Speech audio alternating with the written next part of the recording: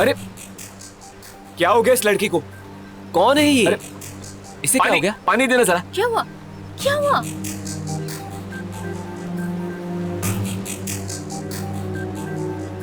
क्या हुआ बोलो।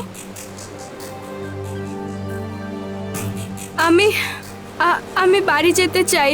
थोड़ा साफ बोलिए, कुछ समझ में नहीं आ रहा है। हाँ हाँ बोलो बोलो, আমি বাংলা জানি। আমার আমার একটু সাহায্য করুন। তারা তারা আমার ধর্ম নাশ করেছে। আমাকে আমাকে বাঁচাও। ये क्या बोल रही है? इसका रेप हो गया। मुंबई के माहिम इलाके में एक कम उम्र की लड़की अधमरी हालत में मिली थी। अब सवाल यह था कि ये लड़की कहां से आई और आखिर इसका बलात्कार करके किसने इसे मरने के लिए छोड़ दिया था।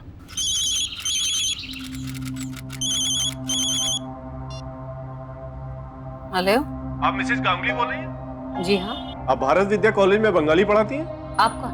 जी मैं बॉम्बे कोर्ट का क्लर्क धीरज गुप्ता बोल रहा हूँ। हमारे एक केस आया और उसमें एक बंगाली ट्रांसलेटर की जरूरत है। कोई क्रिमिनल केस है? दरअसल एक बंगाली लड़की के साथ बलात्कार हुआ है और वो ना तो हिंदी जानती है और ना ही इंग्लिश। देखिए आई एम सॉरी पर मैं बहुत ज्यादा बिजी हूँ इन दिनों। ठीक है मैडम। Thank you. कौन था माँ? कोर्ट से फोन था। आपको क्यों आया? किसी केस के सिलसिले में आया था। बताओ ना, कैसा केस? वो किसी लड़की का रेप केस है। किसी ट्रांसलेटर की जरूरत थी। तो आपने मना कर दिया? ऑफ कोर्स मना कर दिया। एग्जाम सर पर है, इतना सारा काम है मुझे करने को, कैसे करूंगी? और वैसे भी मुंबई में उन्हें आसानी से एक बंगाली ट्रांसलेटर मिल जाएगा। विक्टिम बंगाली लड़की है क्या? एक सेकेंड ना माँ। आई होप माँ कि वो ये केस ना हो। ये तो बहुत कम उम्र की लड़की है। आपको इस केस के बारे में नहीं पता? किसी ने इसका बलात्कार करके इसे फेंक दिया। इतना ही नहीं, पुलिस तो केस तक नहीं ले रही थी। ये तो पब्लिक ने प्रेशर डाला तब उसका केस लिया है। पर बेचारे की किस्मत तो देखो, अब उसे ट्रांसलेटर ही नहीं मिल रहा है। अब प्लीज इसकी हेल्प कीजिए ना, बहुत प्रॉब्लम से गुजर रही है बेचारी। मैं जानती हूँ आपसे अच्छा तो इसे और कोई मिल ही नहीं सकता। प्लीज।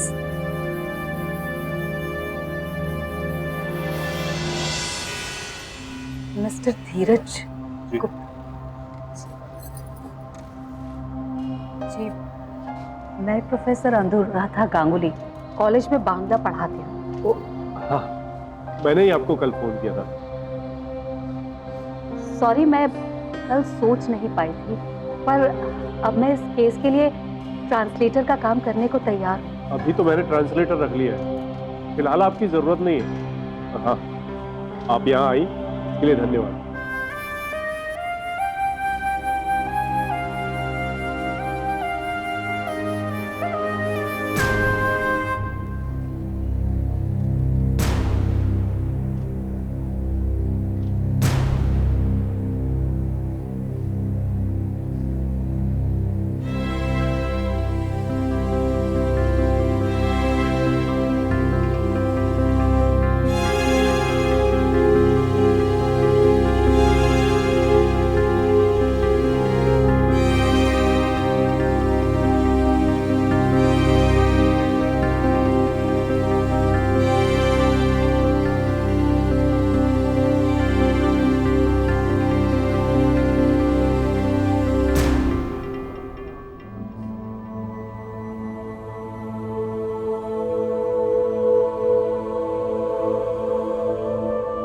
कोर्ट की कार्यवाही शुरू की जाए।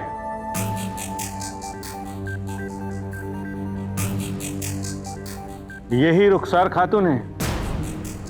जी सर, और सरकार की तरफ से मैं ही इनका वकील हूँ। कोर्ट ने एक ट्रांसलेटर मांगा था, क्या आपको कोई ट्रांसलेटर मिल गया है? यस योर ऑनर, सरकार की तरफ से ये है mister Alok Mukherjee. Your honour, मैं बोरीवली के एक प्राइमरी गवर्नमेंट स्कूल में शिक्षक हूँ और बंगला भी पढ़ाता हूँ। इनके कुछ डॉक्यूमेंट्स और प्रूफ हैं? Yes sir.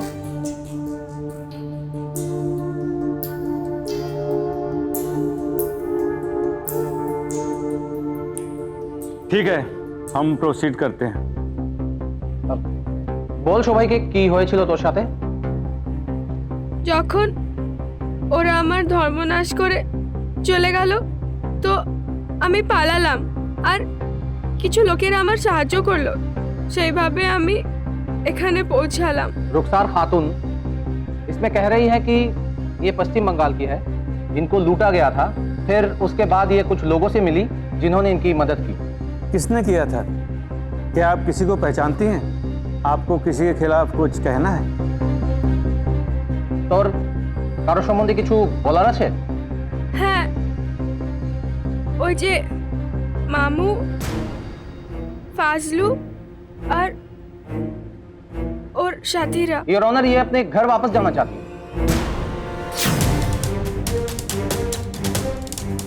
अच्छा, पर मुझे लगा कि शायद उसने किसी का नाम लिया है।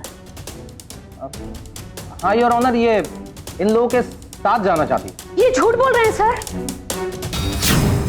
लड़की कुछ और बता रही है और न जाने क्यों ये कुछ और बताने की कोशिश कर रहे हैं। मैडम ये कोर्ट है और कोर्ट में आप इस तरह से बातें नहीं कर सकती हैं। आप इन्हें बोलने दीजिए। सर, मैं अनुराधा गांगुली, मुंबई यूनिवर्सिटी के कॉलेज की बांग्ला की प्रोफेसर हूँ। और सर, ये आदमी झूठ बोल रहा है। योर ऑनर, मिस्टर मुखर्जी भी एक्सपर्ट है, ये प्राइमरी स्कूल के टीचर हैं। आप 1 मिनट रुकिए, मैं इनसे बात कर रहा हूँ। मिसेस गांगुली, आपको पहले भी इस केस के ट्रांसलेटर के तौर पे काम करने के लिए कहा था, आपने ना कहा था। जी सर,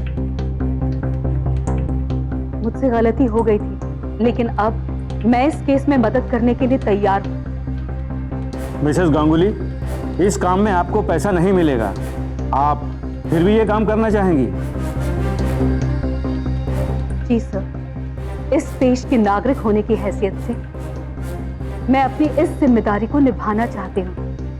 लेकिन जब मैं यहाँ पहुंची तो मुझे बताया गया कि इस केस के लिए ट्रांसलेटर को पहले ही अपॉइंट कर लिया गया है। अभी आप कुछ कहना चाहते हैं? मिस्टर मुखर्जी भी एक्सपर्ट है इस चीज में। लेकिन मुझे लगता है कि मिसेस गांगुली सीनियर हैं। आज केस का पहला दिन है और मैं चाहता हूं कि ट्रांसलेटर का काम अगर वो करें तो मैं उन्हें पहले मौका देना चाहूँगा। ओके? यस। मिस्टर शर्मा, आप मिसेस गांगुली की डिटेल्स ले लीजिए और 1 हफ्ते बाद यानी 2 मार्च मंगलवार तक यह अदालत बर्खास्त की जाती है। तब तक रुखसार खातून की दूसरी स्टेटमेंट मिसेस गांगुली ट्रांसलेट करेंगी और कोर्ट में पेश करेंगी। The court is adjourned.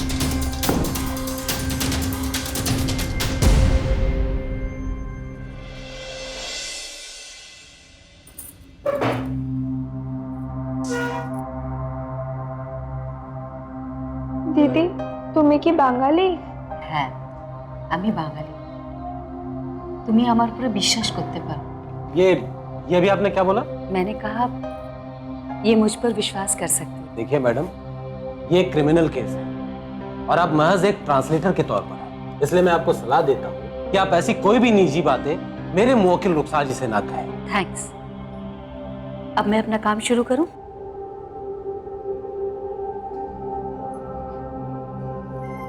আরে মা, তুই কি কিছু খেয়েছিস?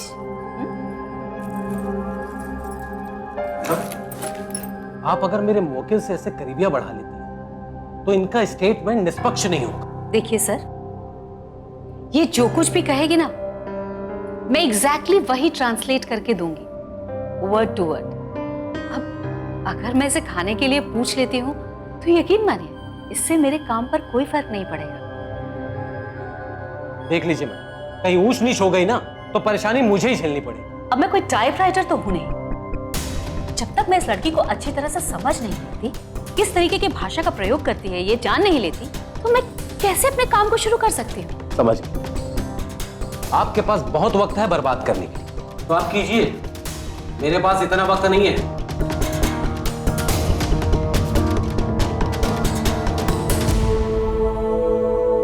তুই আর চিন্তা করিস না, যা কিছু তোর সাথে হয়েছে সব বল। एक रिसर्च के अनुसार 2006 से 2007 में देश में बलात्कार की रिपोर्ट्स 7% से भी ज्यादा बढ़ गई थी। फिर उसके बाद 2010 में 2009 के मुकाबले ये आंकड़ा 3.5% बढ़ गया। बलात्कार के अपराध से हमारा देश पिछले कुछ सालों से ग्रस्त रहा है। ऐसे ही कई केसेस तो शायद रिपोर्ट भी नहीं किए जाते हैं, लेकिन इन्हीं आंकड़ों से जुड़ी थी रुखसार मोहम्मद की किस्मत। उसकी अस्मत तार तार की गई, लेकिन इंसाफ की चाहत उसके जहन में जिंदा थी और उसके लफ्ज इस चाहत के आड़े आ रहे थे। वो हिंदी में अपने दर्द को बयान नहीं कर सकती थी। जुल्म की एक दर्दनाक दास्तान हिंदी ना बोलने की वजह से दबती जा रही थी। इंसाफ के मंदिर में होने के बावजूद सच की बाह मरोड़ी जा रही थी। आखिर क्यों रुखसार के बयानों को घुमा फिराकर अदालत को गुमराह किया जा रहा था? आखिर क्यों अदालती जिरा को जिल्लत की शक्ल देकर रुखसार की हिम्मत को तोड़ा जा रहा था?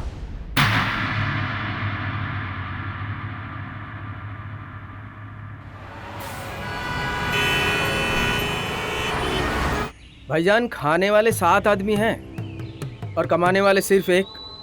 ऐसा कैसे चलेगा और कब तक बताइए? असले मेरा लड़कियां तो हमेशा से ही पराया धन होती हैं और अब तो दीदी भी नहीं रही, भगवान के घर जा चुकी हैं। अब इस हिसाब से रुखसार का दायित्व हमारे सिर पर है। आप समझ रहे हैं मैं क्या कह रहा हूँ? मेरे हिसाब से चलिए तो सब ठीक हो जाएगा। रुखसार की शादी, खाना पीना, दवा, कपड़े वगैरह सब की जिम्मेदारी मेरी। मैं सब संभाल लूंगा, कोई चिंता करने की बात नहीं है। वो कमाएगी और आपको भी भेजेगी। ठीक আছে। বাবা, আমি যাব না। मुझे अपने गांव से 13 नवंबर 2005 को मुंबई लेकर मेरे मामा गुलाम रजा आए थे। वो यहाँ काम करते थे और मामा ने मुझे अपने साथ ही यहाँ की एक झोपड़पट्टी में रखा।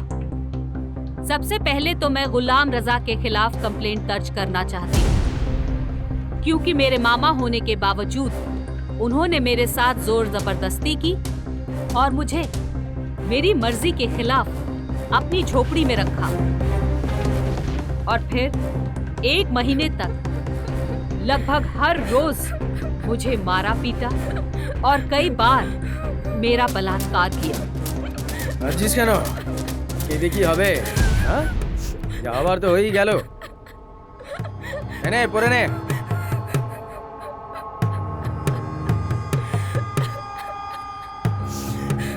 ये चुप कर। अरे चुप कर ना, ये ऐसे नहीं मानेगी। उस 1 महीने में मेरे मामा गुलाम रजा ने मेरे साथ जानवरों की तरह बर्ताव किया, लेकिन फिर एक दिन मेरी चीखें सुनकर कुछ पड़ोसी आ गए।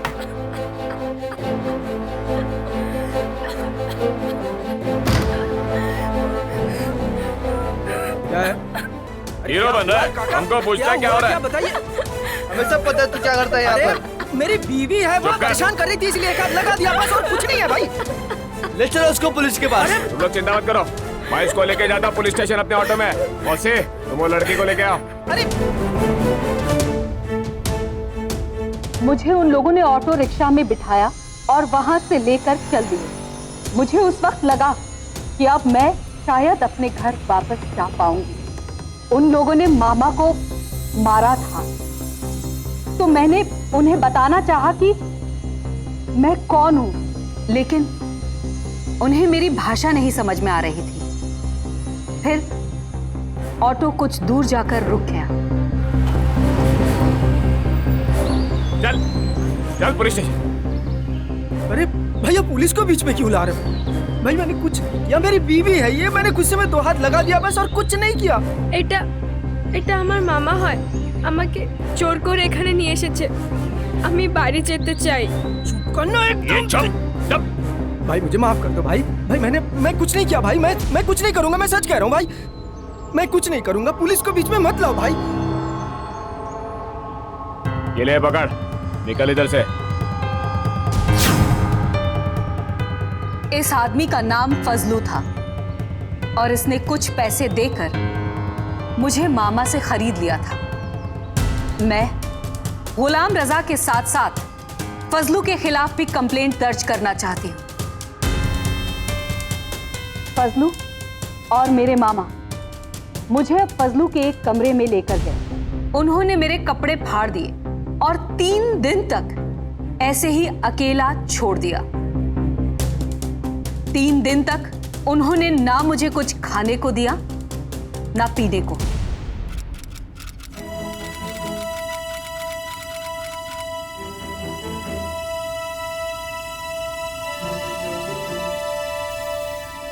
ले, तेरे लिए खाना लाया हूं। मैं तेरे लिए बहुत अच्छा अच्छा खाना लाऊंगा, नए नए कपड़े भी दिलाऊंगा, लेकिन उसके लिए मेरी एक शर्त है। एक पर मैं भी बोला बोला कह रही है क्या? उसके बाद फसलू ने मेरा लिया और फिर योर ऑनर, मेरे वकील ने अपने स्टेटमेंट में गुलाम और फजलू के खिलाफ बयान दिए, तो मैं अदालत से दरख्वास्त करता हूं कि इन्हें पुलिस रिमांड में लिया जाए और इनके खिलाफ केस चलाया जाए। लेकिन सर, स्टेटमेंट अभी खत्म नहीं हुआ है। मिस्टर शर्मा, पूरा स्टेटमेंट लेने के बाद ही मैं कोई फैसला लूंगा। आप बीच में मत बोलिए। You please proceed. जी सर। अगले दिन जब मैं सो के उठी तो फजलू ने मुझे एक जोड़ी कपड़े दिए और मुझे अपने ऑटो रिक्शा में बिठाकर एक बूढ़े आदमी के पास ले गया।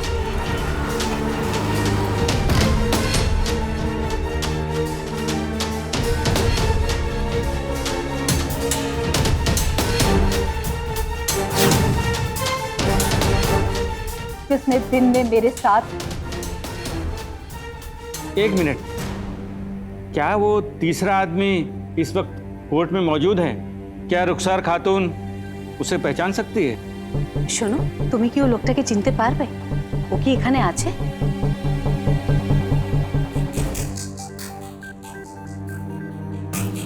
Okay, you proceed. सर, इसी बलदेव के घर पर बलदेव ने और फजलू ने रुखसार का बार बार किया।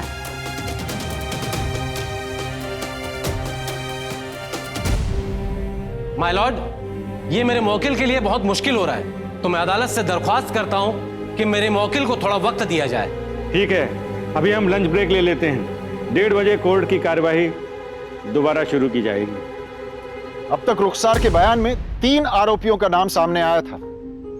इन तीनों में से एक तो खुद रुखसार का सगा मामा था और मुंबई लाने के बाद इन तीनों ने रुखसार के साथ हैवानों की तरह बर्ताव किया।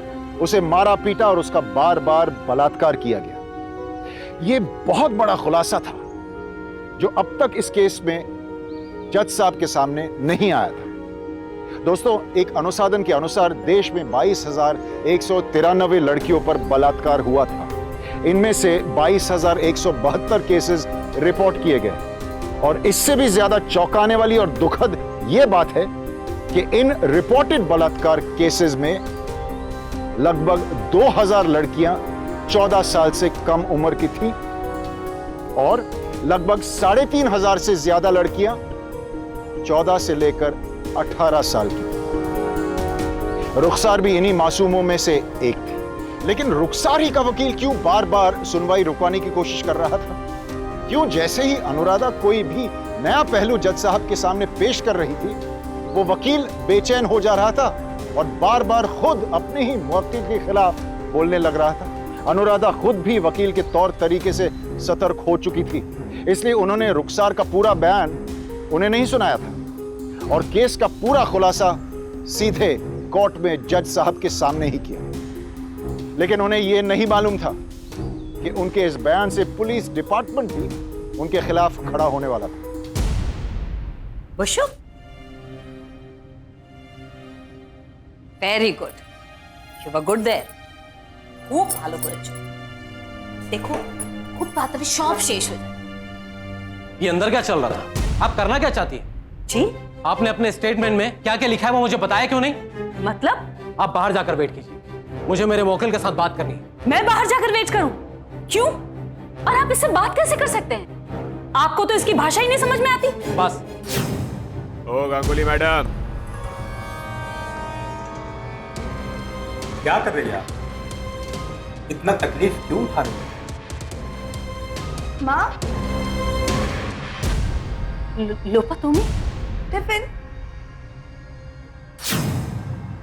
ओ गांगुली मैडम, ये आपकी बेटी है ना? हाँ, मैं नहीं चाहता कि आपकी बेटी भी इसकी तरह कोर्ट में आकर बयानबाजी करे। हाँ, समझ गई ना आप? क्या है ना मैडम, कहीं ऐसा ना हो कि एक दिन आपकी बेटी की रेप स्टोरी भी आपको ही ट्रांसलेट करना पड़े। देखिए मैडम, हम आपको समझा रहे हैं और इससे ज्यादा समझाना हमें नहीं आता।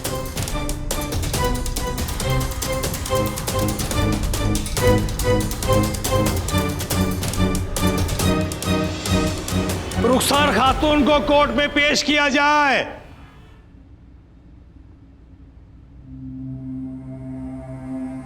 योर ऑनर, मिसेस गांगुली की तबीयत कुछ खराब हो गई है, तो मैं अदालत से दरख्वास्त करता हूं कि हमें 1 हफ्ते की मोहलत और दीजिए। अभी आधा घंटा पहले तो मिसेस गांगुली की तबीयत बिल्कुल ठीक थी, ये अचानक कैसे खराब हो गई? पता नहीं, बस उन्हें कुछ चक्कर आने लगा था। मुझे नहीं सर, मेरी बेटी को।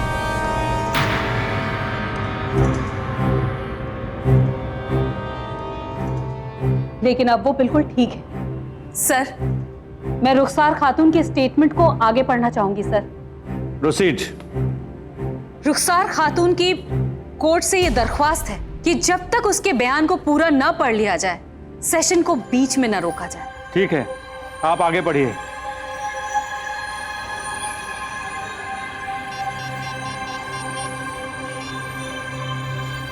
ये औरत मान नहीं रही है।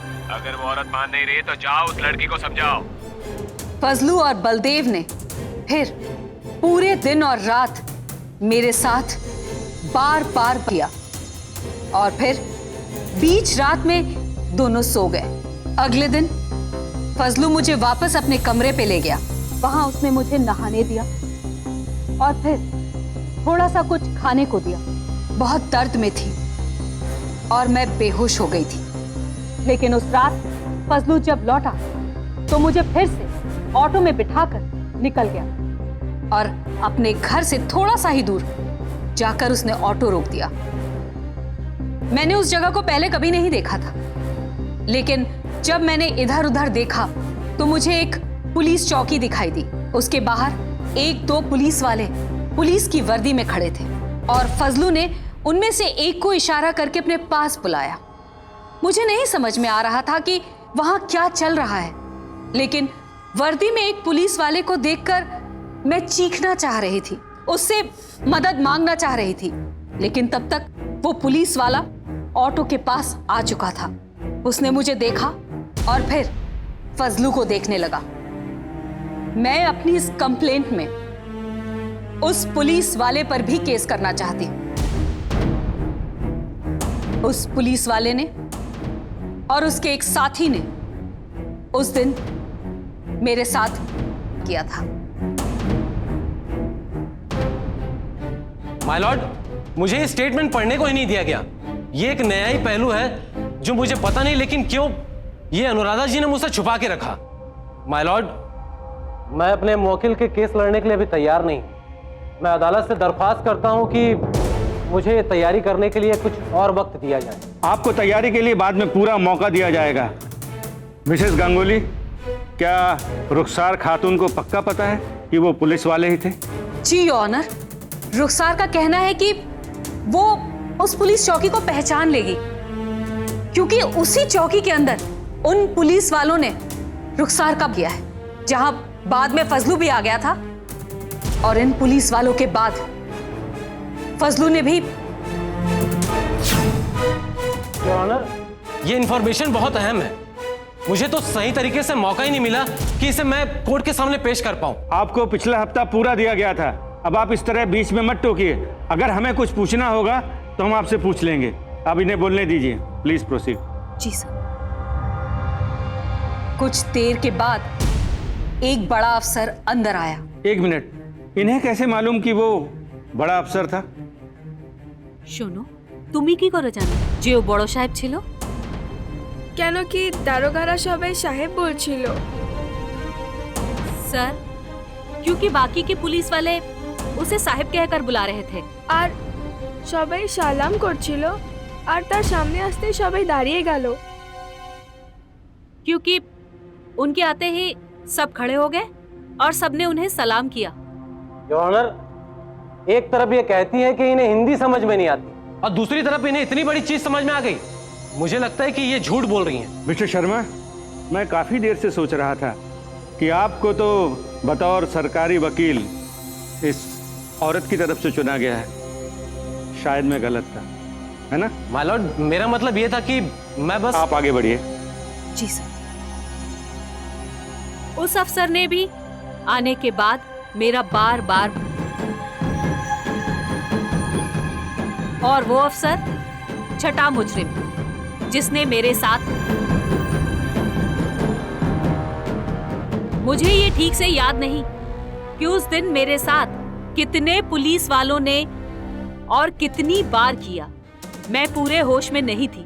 फिर जब मुझे होश आया तो मैंने देखा कि रात हो चुकी थी। मैं वापस बलदेव के घर पर थी और वो,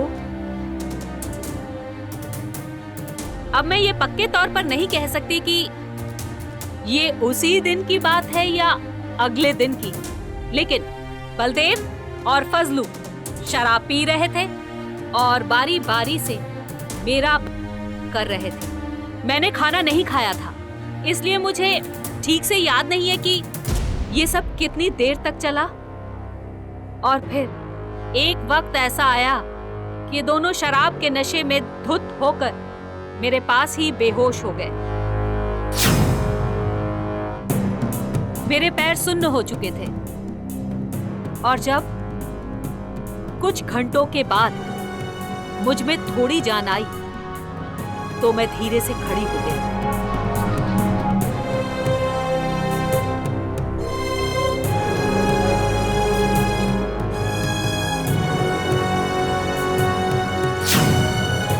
सर, उसी रात रुखसार खातून का मेडिकल एग्जामिनेशन करवाया गया और फिर अगले दिन उसे कोर्ट में लाया गया था। मिस्टर शर्मा, आपने कोर्ट में मेडिकल रिपोर्ट क्यों नहीं जमा की? मेडिकल रिपोर्ट में साफ साफ लिखा है कि इनके साथ कोई नहीं हुआ है, बल्कि इसके शरीर पर मारने पीटने के निशान है। मैं आदेश देता हूं कि रुखसार खातून का दोबारा मेडिकल एग्जामिनेशन कराया जाए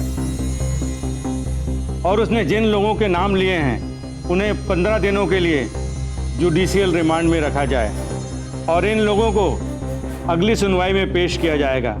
और साथ ही साथ पुलिस को भी ये आदेश दिया जाता है कि सरकारी खर्चे पर रुखसार खातून को एक सुरक्षित जगह में रखा जाए। The court is adjourned. तू यार चिंता करिस ना, भूले जा और आराम कर। जज साहब रुखसार के खिलाफ हुए अत्याचारों के बारे में सुनकर परेशान हुए और अदालत की पूरी कोशिश रही थी कि रुखसार को इंसाफ मिल पाए। ये रुखसार के लिए बहुत बड़ी जीत थी, लेकिन यहां तो रक्षक ही भक्षक था। इंडियन पीनल कोड के सेक्शन 376(ब) के तहत अगर कोई भी सरकारी अफसर या मुलाजिम किसी महिला के साथ, जो महिला उनकी हिरासत में है, जोर जबरदस्ती करे या उन पर बलात्कार करते हैं तो उन्हें 5 साल तक की कारावास और जुर्माना भी भरना पड़ सकता है। सर, हम आशा करते हैं कि आप अपने बीवी को अच्छी तरह से समझा पाए, उन्हें इस केस की गहराई और गंभीरता के बारे में बता पाए, क्योंकि उन्होंने हमारी सारी बातों को अनसुना कर दिया। क्या हो रहा है ये सब? कौन हो तुम लोग? मैडम, आपको लगता है कि हम लोगों को समाज में जीने का अधिकार नहीं? आपने तो हमें कोने में ढकेल दिया, कुछ कर ही नहीं सकते।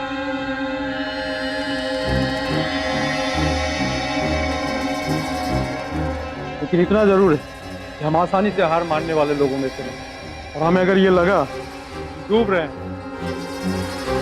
हम सबको एक साथ लेके जाएं। कहीं आप रुखसार खातून के केस की बात तो नहीं कर रहे? अगर आप उस केस की बात कर रहे हैं तो वो केस मेरी जिम्मेदारी है और मैं अपनी जिम्मेदारी से पीछे नहीं हटूंगी। आपकी जिम्मेदारी बनती है आपकी अपनी बेटी के लिए, अपने परिवार के लिए, और हमारी जिम्मेदारी बनती है कि हम इस केस से कैसे निकलें। आपके परिवार को बचाना हमारी जिम्मेदारी नहीं। आप समझ रहे हैं ना मैं क्या कह रहा हूं? 17,000 बलात्कार के पेंडिंग केस हैं हमारे पास। उनमें कुछ अपराधियों को हम पकड़ लेते हैं और कुछ को नहीं पकड़ पाते। आप जो कर रहे हैं ना, लग रहा है कि ये केस 17,001 हो जाएगा। आपकी हिम्मत कैसे हुई मुझे धमकी देने की? इसी वक्त मेरे घर से निकल जाइए। Get out. बड़ा गुस्सा है आपके अंदर। हम लेकिन आपको एक बात बताऊं, ये गुस्सा हमें मत दिखाइए, बहुत नुकसान पहुंचाएगा आपको। नहीं नहीं, चलो। तुमने उन्हें घर के अंदर आने कैसे दिया देवांजन? मैंने नहीं, तुमने घर में बुलाया अनु, तुमने। ना तुम हमें इस चक्कर में घसीटती और ना आज यहाँ ये सब होता। मैं इस केस के बारे में अब और कोई बात नहीं करना चाहता हूँ इस घर में। तुम उस लड़की के लिए फौरन कोई दूसरी ट्रांसलेटर लगवा दोगी और तुम अपने एग्जाम, अपने काम और हमारी बच्ची पर ध्यान दोगी। समझ गई तुम? और उस लड़की का क्या होगा? कुछ नहीं, ऐसे तो लाखों केसेस होते हैं। इसका मतलब ये तो नहीं कि हम हर केस के साथ में जुड़ जाएंगे। और वैसे भी ये हमारा काम नहीं है। तुम्हें क्या लगता है तुम उस लड़की का बयान ट्रांसलेट करके दे दोगी तो उसे इंसाफ मिल जाएगा? कभी नहीं। ये लोग बहुत ताकतवर लोग हैं, बहुत ताकतवर। पर मैंने रुखसार से प्रॉमिस किया है देवांजन। हाँ, लेकिन तुमने हम दोनों से भी तो कुछ प्रॉमिस किया। मैं अपने परिवार को इस तरह खत्म होते नहीं देख सकता। पुलिस और रुखसार का मामा मिलकर रुखसार को डरा धमका के इस केस को रफा दफा करना चाहते थे। उन्होंने अनुराधा गांगुली के पति देवांजन को इतना डरा दिया कि वो अपनी बेटी लोपा को लेकर कोलकाता चले गए। इस बात से अनुराधा भी बहुत परेशान हो गई और अपने परिवार की सुरक्षा के दबाव में आकर उन्होंने भी फैसला ले लिया कि वो इस केस को छोड़ देंगी।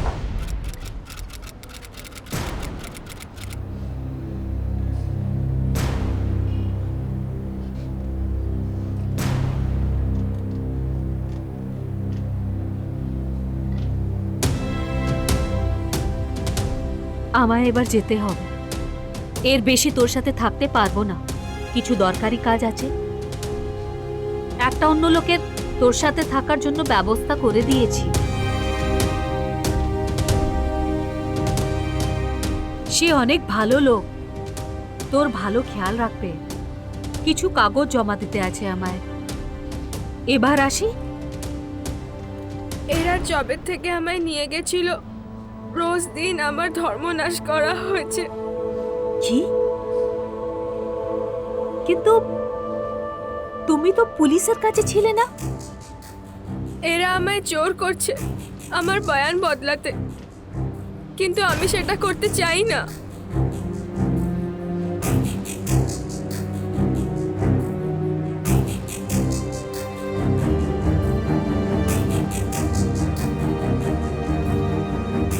मिसेस गांगुली, मुझे आपकी ये अर्जी मिली है कि आप इस केस को आगे ट्रांसलेट नहीं कर पाएंगी।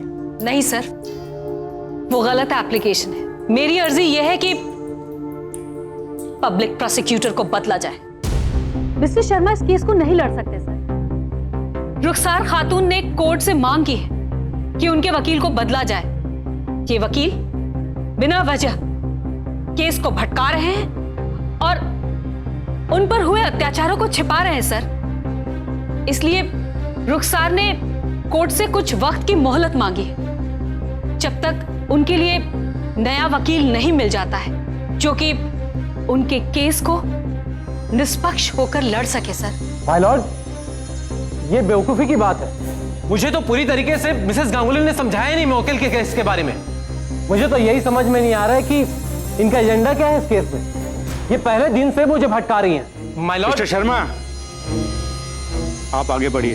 सर, रुखसार खातून ने कोर्ट से यह भी रिक्वेस्ट की है कि उन्हें पुलिस प्रोटेक्शन से निकालकर जुडिशियल प्रोटेक्शन दिया जाए, तब तक जब तक कि ये केस पूरी तरह से खत्म नहीं हो जाता और सच सबके सामने नहीं आ जाता।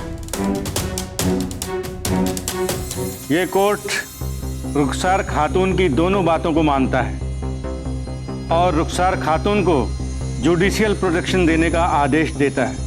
तब तक 1 हफ्ते के लिए ये कोर्ट बर्खास्त की जाती है। मिसेस गांगुली, तब तक आप रुखसार खातून की मदद के लिए यदि कोई दूसरा वकील ढूंढ ले तो कोर्ट आपका आभारी होगा। अदालत ने रुखसार को वकील बदलने की अनुमति दी, साथ ही उसे जुडिशियल प्रोटेक्शन भी दिया। लेकिन डिफेंस के वकील ने भी केस में कई कमियां गिना दी। सुनवाई की तारीखें आगे बढ़ने लगी और तब तक जस्टिस मौर्य का तबादला हो गया।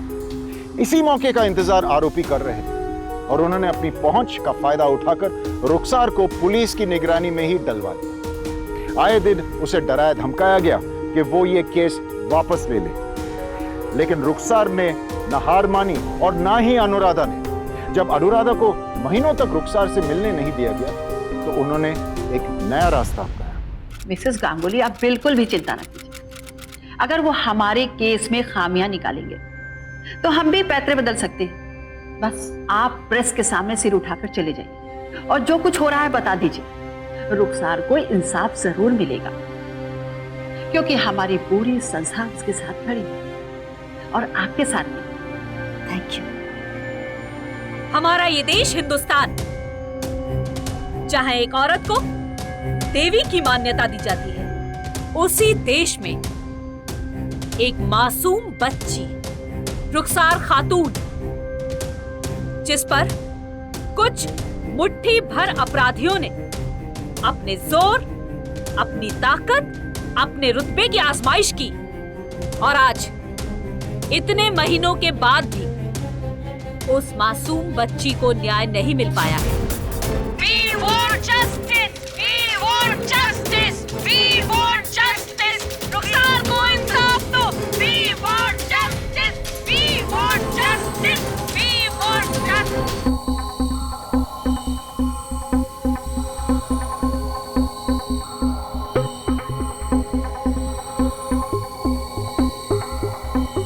मिसेस गांगुली, आप इस केस को फास्ट ट्रैक कोर्ट में भिजवाना चाहती हैं? जी सर, और हम सिर्फ ये चाहते हैं कि जब तक ये केस चल रहा है तब तक आरोपियों को सस्पेंड कर दिया जाए और रुखसार को किसी बेहतर जगह पर शिफ्ट कर दिया जाए सर। ठीक है, आप अपने वकील को कहकर रुखसार की कस्टडी के लिए एक एप्लीकेशन दे दीजिए। Thank you sir.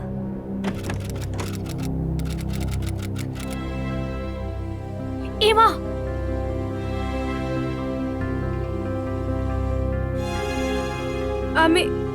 আমি এখনো হার মানিনি দিদি ভাই, আমি এখনো হার মানিনি।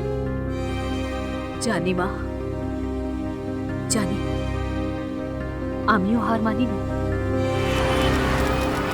इतना सब कुछ हो जाने के बाद रुखसार खातून, आपको जरा भी डर नहीं लगा?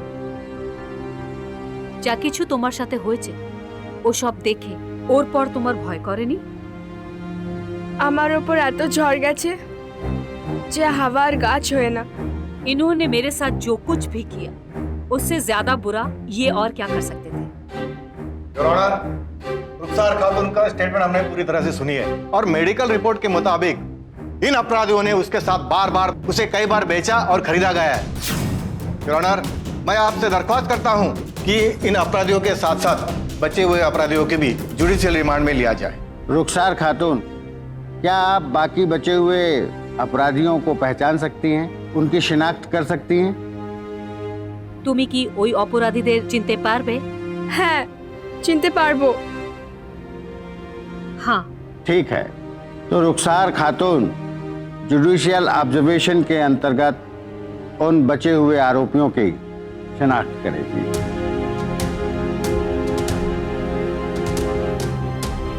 The court is adjourned.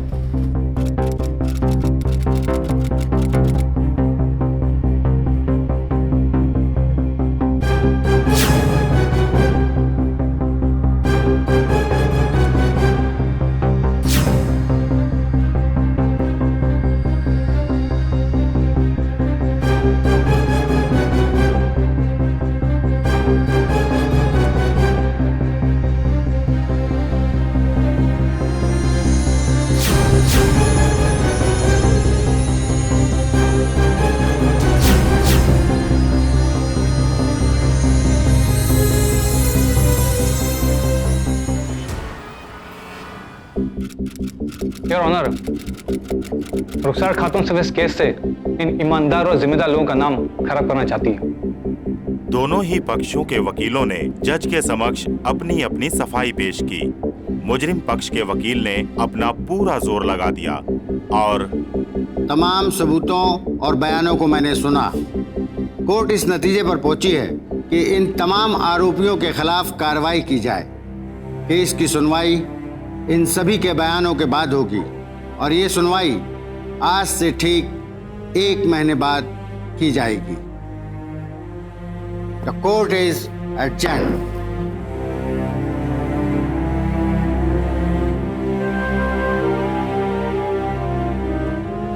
रुखसार के इस केस में जब भी उम्मीद का चिराग बुझने लगता, अनुराधा उसमें नई जान डालने की हर मुमकिन कोशिश करती। महिला संगठन का सहारा लेना भी उसी की कोशिश का एक अहम हिस्सा था। यह कोशिश हर उस महिला या लड़की के लिए एक सीख है जो इंसाफ की लड़ाई में अकेली है। दोस्तों, हम आपको बताना चाहते हैं कि हमारे देश में ऐसी कई संस्थाएं हैं जो महिलाओं की मदद के लिए हर संभव कदम उठाने के लिए तैयार हैं। ऐसी संस्थाओं का सहारा इंसाफ को अंजाम तक पहुंचाने में आपके लिए बेहद कारगर साबित हो सकता है। इसी में एक महिला हेल्पलाइन का नंबर है 1091 1091। याद रखिए 1091। इस नंबर पर उचित सलाह और मदद दी जाती है। रुखसार मोहम्मद के बलात्कार और शोषण का केस अब भी चल रहा है। उसके गुनहगारों को अब तक सजा नहीं सुनाई गई, लेकिन इंसाफ की चाहत जब दिल में जज्बे की तरह धड़कने लगे तो मंजिल दूर नहीं होती। रुखसार अब उस बुरे दौर से पूरी तरह निकल चुकी है। उसने अपनी जिंदगी को नई सिरे से सजाना शुरू कर दिया है। वो मुंबई में ही रह रही है, मुंबई में ही काम कर रही है और इंसाफ की लड़ाई लड़ रही है। अनुराधा गांगुली के पति भी वापस उनके पास लौट आए हैं और महिला संगठन के साथ मिलकर वो भी इस लड़ाई में शामिल हो गए। मुमकिन है जल्द ही इंसाफ की इस जंग का फैसला रुखसार के हक में आए और उसके गुनहगार सलाखों के पीछे पहुंच जाए। मिलेंगे कल फिर जुर्म और जंग की एक सच्ची कहानी के साथ। तब तक खुश रहिए, सुरक्षित रहिए। सावधान इंडिया, इंडिया फाइट्स बैक। नमस्कार।